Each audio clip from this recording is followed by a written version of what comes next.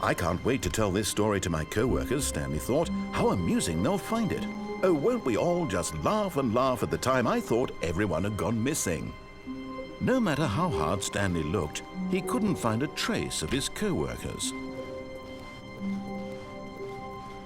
Stanley went around touching every little thing in the office, but it didn't make a single difference, nor did it advance the story in any way.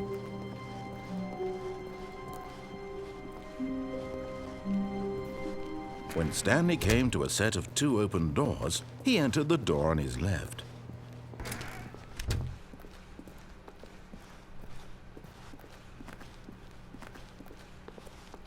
Yet there was not a single person here either. Feeling a wave of disbelief, Stanley decided to go up to his boss's office, hoping he might find an answer there. Coming to a staircase, Stanley walked upstairs to his boss's office. But Stanley just couldn't do it. He considered the possibility of facing his boss, admitting he had left his post during work hours. He might be fired for that.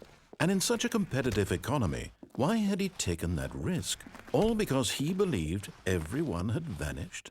His boss would think he was crazy. And then something occurred to Stanley. Maybe, he thought to himself, maybe I am crazy. All of my co-workers blinking mysteriously out of existence in a single moment for no reason at all? None of it made any logical sense. And as Stanley pondered this, he began to make other strange observations. For example, why couldn't he see his feet when he looked down? Why did doors close automatically behind him wherever he went?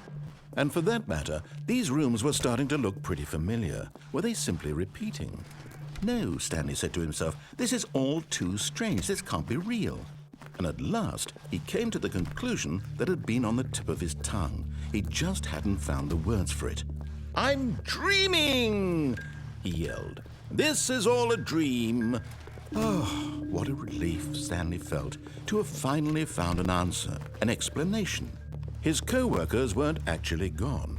He wasn't going to lose his job. He wasn't crazy after all. And he thought to himself, I suppose I'll wake up soon. I'll have to go back to my boring real-life job pushing buttons. I may as well enjoy this while I'm still lucid. So he imagined himself flying and began to gently float above the ground. Then he imagined himself soaring through space on a magical starfield, and it too appeared. It was so much fun, and Stanley marveled that he had still not woken up. How was he remaining so lucid?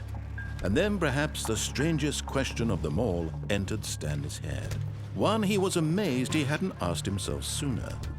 Why is there a voice in my head dictating everything that I'm doing and thinking?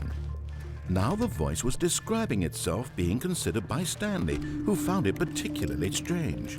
I'm dreaming about a voice describing me, thinking about how it's describing my thoughts, he thought. And while he thought it all very odd and wondered if this voice spoke to all people in their dreams, the truth was that, of course, this was not a dream. How could it be? Was Stanley simply deceiving himself, believing that if he's asleep, he doesn't have to take responsibility for himself? Stanley is as awake right now as he's ever been in his life.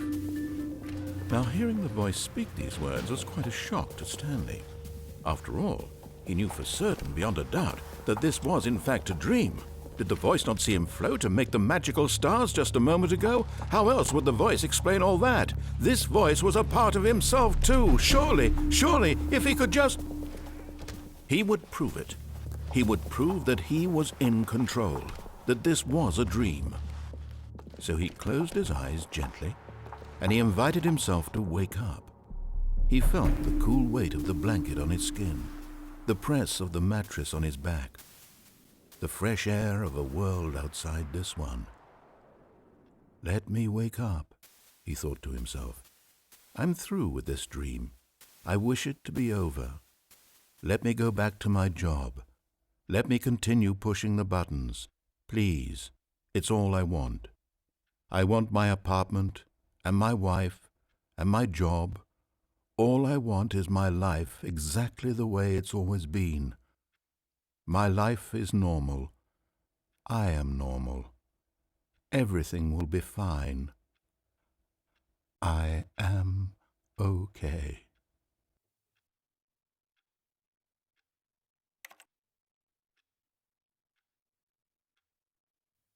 Stanley began screaming. Please, someone, wake me up. My name is Stanley. I have a boss. I have an office. I am real. Please, just someone tell me I am real. I must be real. I must be. Can anyone hear my voice? Who am I? Who am I? And everything went black.